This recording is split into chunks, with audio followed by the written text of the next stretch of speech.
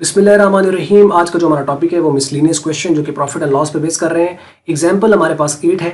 तो तरीकाकार वही है कि आपने क्या करना है कि वीडियो को पॉज कर लेना है, क्वेश्चन को रीड करना है, फिर उसको सॉल्व करना है और फिर उसके बाद आपने वीडियो देखनी है। Pause, solve and watch. आप इसको पॉज कीजिए और सॉल्व कीजिए। आइए शुरू करते हैं क्वेश्चंस। जो कि एग्जाम्पल 8 है वो बात कर रहा है कि the cost price of an item is 4/5 of its selling price. कि जो कॉस्ट प्राइस है वो सेलिंग प्राइस का 4/5 है। सेलिंग प्राइस का 4/5 लिया जाए तो कॉस्ट आ जाती है। फाइंड इट्स गेन और लॉस परसेंटेज, यानी गेन और लॉस परसेंटेज मतलब उसका रेट निकालना है। चूंकि रेट निकालना है तो फॉर्मूला तो रिलेटिव वाला यूज होगा। तो अब इसमें देखिए हमें एक चीज को अंडरस्टैंड करना है और वो है ये 4/5 को। देखें जिसके साथ भी ये मल्टीप्लाई हो रहा है, जैसे अभी देखें ना वो कहता है सेलिंग का 4/5 कॉस्ट है। अब इसमें हमें सबसे पहले ये देखना है, क्योंकि फॉर्मूला तो हम ठीक है रिलेटिव का यूज करेंगे, लेकिन प्रॉफिट वाला यूज करेंगे या लॉस वाला यूज करेंगे ये तो हम तभी बता पाएंगे जब हमें ये पता हो कि प्रॉफिट हो रहा है या लॉस हो रहा है। ठीक है, तो ये अब हम यहां पे नहीं पता कि ये क्या है। तो अब देखो ये डायरेक्टली हम क्वेश्चन को यहां से भी नहीं बता सकते कि एक होता है कि हम डायरेक्टली बता देते। जैसे अगर वो देखिए क्वेश्चन बहुत आसान होता अगर वो हमें ये कह देता कि इसकी जो सेलिंग प्राइस है वो उसकी कॉस्ट का 4/5 है।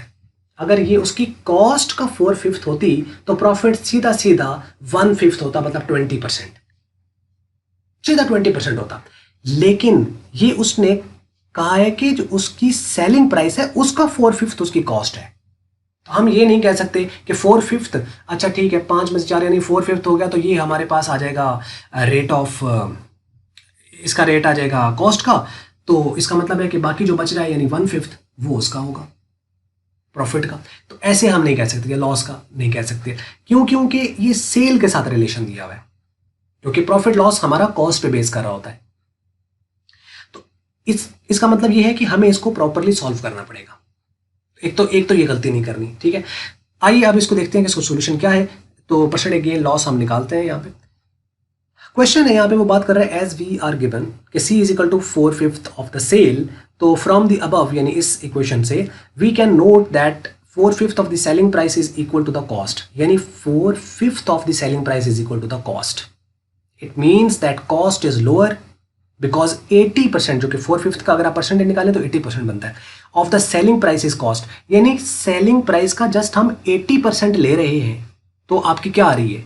कॉस्ट आ रही है। यानी सेलिंग प्राइस का जस्ट हम क्या ले रहे हैं? 80%, तो क्या आ रही है? कॉस्ट आ रही है। तो मतलब सेलिंग प्राइस ज्यादा है तभी तो उसका 80% कॉस्ट है। अगर सेलिंग प्राइस का 100% लेते तो फिर इसका मतलब दोनों बराबर है। अगर हमें सेलिंग प्राइस का 100 से भी ज्यादा यानी 120% लेना पड़ता सेलिंग प्राइस का, इसका अंदर सेलिंग प्राइस कम है तभी तो हमें ज्यादा उसका प्रोपोर्शन लेना पड़ रहा है, तो तभी कॉस्ट इक्वल आ रहा है। अब याद करना कैसे है? वो परसेंटेज में भी दे सकता है, वो आपको इस तरह प्रोपोर्शन में भी दे सकता है।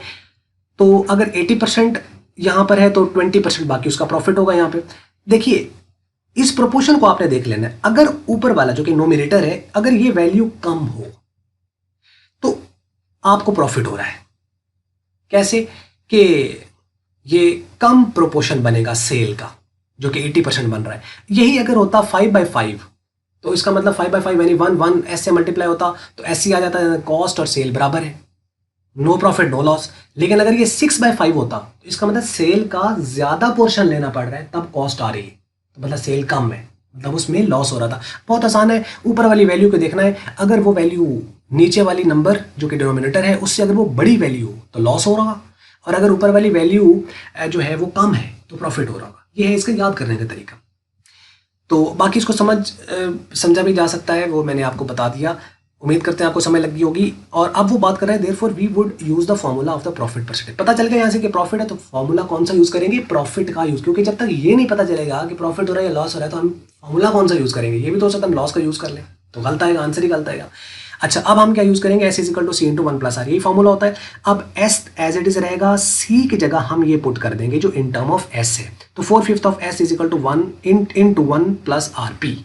अब ये S इधर मल्टीप्लाई उधर जाके डिवाइड हो जाएगा, तो जब डिवाइड होगा तो S से कट जाएगा, 1 आ जाएगा। ये 5 डिवाइड हो रहा है उधर जाके मल्टीप्लाई हो जाएगा, और 4 इधर मल्टीप्लाई हो रहा है उधर डिवाइड हो जाएगा, यानी जो इस तरफ 4/5 था, इक्वेशन की दूसरी तरफ जाके ये 5/4 हो जाएगा और इधर क्या बच जाएगा 1 प्लस RP।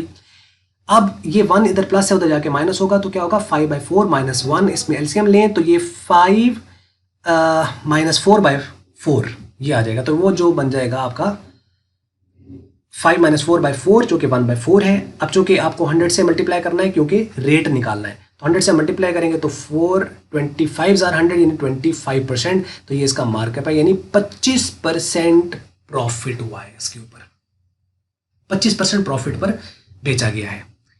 तो यही जैसे मैंने शुरू में कहा कि अगर वो कॉस्ट के साथ रिलेशन देता कि 4/5 ऑफ द कॉस्ट सेल है तो 1/5 वो 20% बनना था, वो 20% बनना, इसको निकाल भी लीजिएगा अगर आपको ये क्वेश्चन समझ लगा तो।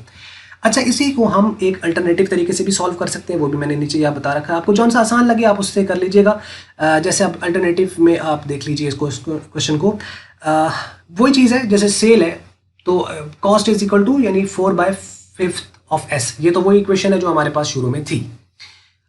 यहाँ से हम प्रॉफिट निकाल सकते हैं क्योंकि आपको पता है प्रॉफिट हो रहा है, तो प्रॉफिट हो रहा है अगर, तो वो क्या है, अगर 4/5 ऑफ सेलिंग प्राइस कॉस्ट है तो इसका मतलब सेलिंग का 1/5 जो है वो क्या है, वो प्रॉफिट है, वो प्रॉफिट है। इसका मतलब परसेंटेज गेन कैसे निकालते हैं, जिसका परसेंटेज निकालनी होती है, जिसका रेट निकालना होता है वो ऊपर आता है, कॉस्ट के साथ हम करते हैं, ऑब्वियसली स्टैंडर्ड कॉस्ट है तो P/C × 100। अब P कितना है 1/5S, यानी अगर आप S को 1 से मल्टीप्लाई करें तो S/5, तो हमने यहाँ पे लिख दिया S/5। और कॉस्ट कितना है 4/5S, यानी 4S से मल्टीप्लाई हो गए 4S/5, तो यहाँ पे आ जाएगा 4S/5 मल्टीप्लाई 100, ये एज इट इज आएगा।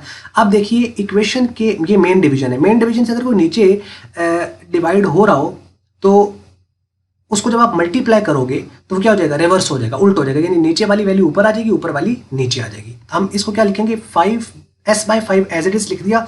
ये नीचे था, जब ये ऊपर मल्टीप्लाई होगा तो ये 5 जो नीचे था ये ऊपर आ जाएगा और 4S नीचे आ जाएगा, ये तो बेसिक मैथ का है। तो 100 एज इट इज मल्टीप्लाई रहेगा। अब 5 से कट गया, S से कट गया तो बना 1/4 × 100, तो 4 1s are 4, 4 25s are 100, तो रेट ऑफ प्रॉफिट 25% आ जाएगा, जो वही है जो कि हम लोगों ने यहाँ उसको निकाला है। ठीक है, ये वाला। अब आपको दोनों अल्टरनेटिव मैंने मेथड बता दिए, आपको जौन सा इसमें से आसान लगता है उसके अकॉर्डिंगली कर लीजिए। और एक चीज़ मैंने बता दी कि ये कॉस्ट के साथ भी, अगर तो कॉस्ट के साथ है फिर तो बहुत आसान है, फिर तो बहुत आसान है। फिर हम ये कह सकते हैं कि अगर 4/5 अगर इसके ऊपर ये कॉस्ट आ रही है तो 1/5 जो होगा वो प्रॉफिट होगा, लेकिन तब वो जब वो कॉस्ट के साथ बेस कर रहा हो, यानी वो ये कहेगा कि the selling price of an item is 4/5 of its cost, तो फाइंड द गेन और लॉस। फिर आपको फार्मूला लगाने की जरूरत भी नहीं है, सीधा आप कह दो, क्योंकि 4/5 of the selling of the cost is अगर सेलिंग, तो इसका मतलब 1/5 उसका जो है वो रेट है, जो कि 20% बनेगा।